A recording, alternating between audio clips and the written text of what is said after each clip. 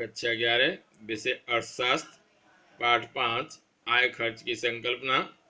प्रश्न है सीमांत खर्च समझाइए। सीमांत खर्च समझाइए। कुल उत्पादन में एक इकाई की कमी या वृद्धि करने पर कुल उत्पादन खर्च में जो परिवर्तन आता है उसे सीमांत खर्च कहते हैं। कुल उत्पादन में एक इकाई की कमी या वृद्धि करने पर कुल उत्पादन खर्च में जो परिवर्तन आता है उसे सीमांत खर्च कहते हैं। दूसरी एक परिभाषा, सीमांत सीमा के अंत में एक इकाई की कमी या वृद्धि करने पर सीमा के अंत में एक इकाई की कमी या वृद्धि करने पर खर्च में जो परिवर्तन आता है उसे सीमांत खर्च कहा जाता है। खर्च में जो परिवर्तन आता है उसे सीमांत खर्च कहा जाता है। सीमांत खर्च को MC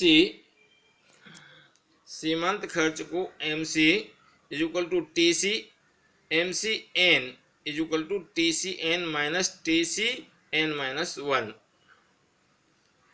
सूत्र है MCN is equal to TCN minus TC कोष्टक में N minus 1।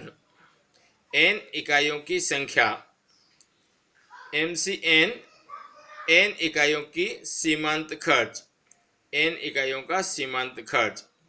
TCN is equal to N इकाइयों का कुल खर्च, TCN is equal to N इकाइयों का कुल खर्च। TCN minus 1 is equal to N minus 1 इकाइयों का कुल खर्च। इसके बाद आती है अनुसूची।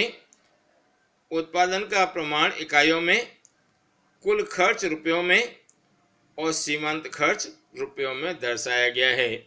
जब एक इकाई का उत्पादन करते हैं तो कुल खर्च 9 रुपये होता है, सीमांत खर्च भी 9 रुपये होता है। जब दूसरी इकाई का उत्पादन किया जाता है, एक अतिरिक्त इकाई अर्थात दूसरी इकाई का उत्पादन किया जाता है तो कुल खर्च 16 और सीमांत खर्च 7 होता है। तीसरी इकाई का उत्पादन करने पर कुल खर्च 21 और सीमांत खर्च 5 हो जाता है। चौथी इकाई का उत्पादन करने पर कुल खर्च 28 और सीमांत खर्च 7 हो जाता है।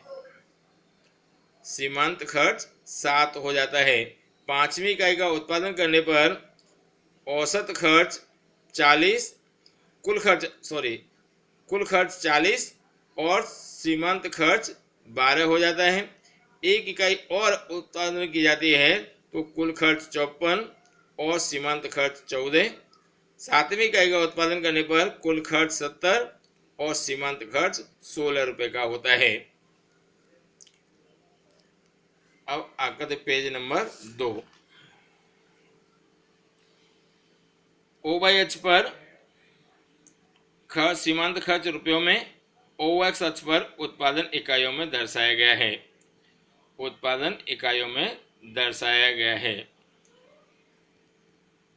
तो यहाँ पर 2, 4, 6, 8, 10, 12, 14, 16 तक इसको यहाँ सीमांत खर्च दर्शाया है और उत्पादन 1, 2, 3, 4, 5, 6, 7, 8 इस प्रकार से OX अक्ष पर सीमांत उत्पादन की इकाइयाँ दर्शाई हैं OX अक्ष पर और वहाँ पर सीमांत खर्च दर्शाया है, जिससे ABCDEFG से दर्शाया है।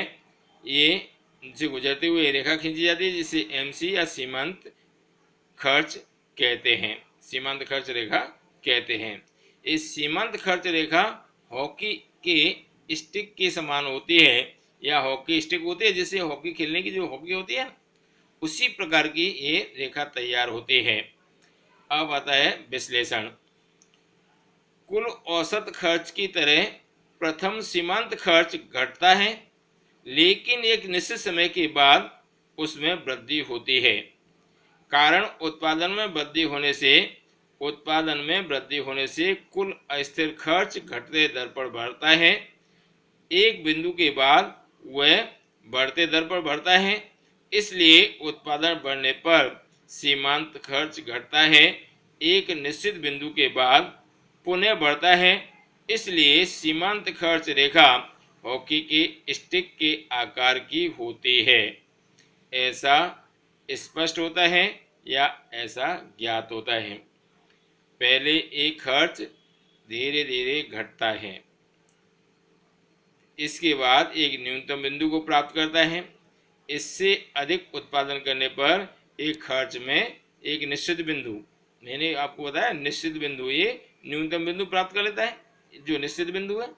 इससे अधिक उत्पादन करने पर ये पुनः बढ़ने लगता है, जिससे ये हॉकी के स्टिक के आकार की रेखा तैयार होती है। ऐसा ज्ञात होता है।